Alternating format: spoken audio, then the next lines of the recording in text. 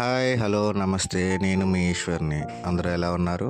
ఈరోజు మీకు ఒక నీతి కథని గురించి చెప్తాను.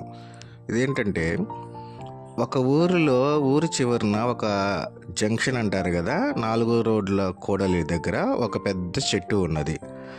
ఆ చెట్టు దగ్గరికి బాటసారులు, అంటే అటు ఇటు వెళ్ళే వాళ్ళు వచ్చి దాని కింద విశ్రాంతి తీసుకునేవారు. ఓ రోజు చెట్టులో అంతర్భాగాలైన వేర్లు, ఆకులు, పండ్లు నేను గొప్ప కాదు నేను గొప్ప అంటూ వాదనకు దిగాయి. ఈ విషయం గమనించిన చెట్టు వాటిని శాంతపరిచి, కొన్ని రోజులు ఆగండి, మీలో ఎవరు గొప్ప అన్న విషయాన్ని నేను తెలుస్తాను అని చెప్పింది. ఒకరోజు ఆ దారి వెంట వెళ్తున్న ఓ బాటసారి చెట్టు కిందకు వచ్చాడు. ఆకలితో నకనకలాడుతున్న అతను చెట్టు ఎక్కి పండు కోసుకొని తిని కాస్త తేరుకున్నాడు. అప్పుడు ఆ చెట్టు బాటసారిని, నాలో నీకు ఏ భాగం ఇష్టం అని అడిగింది. అప్పుడు బాటసారి, నా ఆకలి తీర్చిన నీ మధుర ఫలాలు అంటే ఇష్టం అని చెప్పి తన దారిని తాను వెళ్ళిపోయాడు. కొన్ని రోజులు గడిచాయి. ఒక ఆయుర్వేద వైద్యుడు చెట్టు కిందకు వచ్చి వేర్లను తవ్వి మూటగట్టుకున్నాడు. ఆ చెట్టు వైద్యుడిని, నాలో నీకు ఇష్టమైంది ఏంటి అని ప్రశ్నించింది. నీ వేర్ల ద్వారా ఎంతోమంది రోగులకు వైద్యం చేస్తున్నా, కాబట్టి అవంటేనే నాకు ఇష్టం అనేసి వెళ్ళాడు.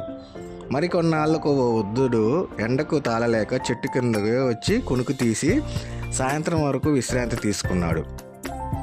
తర్వాత తన దారిని తాను వెళ్తుండగా, నాలో నీకు ఏ భాగం ఇష్టం అని అడిగింది చెట్టు. ఎండ నుంచి నాకు ఉపశమనాన్ని కలిగించిన నీ ఆకులు, కొమ్మలంటే ఇష్టం. కానీ వేళ్ళుంటేనే చెట్టుకు నీరందుతుంది, ఆకులు, కొమ్మలు ఉంటేనే బాటసారులకు నీడనివ్వగలవు. ఇక ఆకలి తీర్చాలంటే పండ్లు కావాల్సిందే. ఇలా నీలోని ఏ భాగాలు వేటికి తీసిపోవు. అన్నీ సమన్వయంతో పనిచేస్తేనే చెట్టు మనగలుగుతుంది. మీ వల్లనే స్వచ్ఛమైన గాలి అందుతుంది, వర్షాలు సమృద్ధిగా కురుస్తున్నాయి అని చెప్పి వెళ్ళిపోయాడు.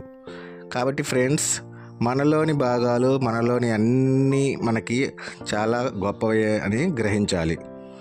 నచ్చితే like, share, subscribe. Thank you.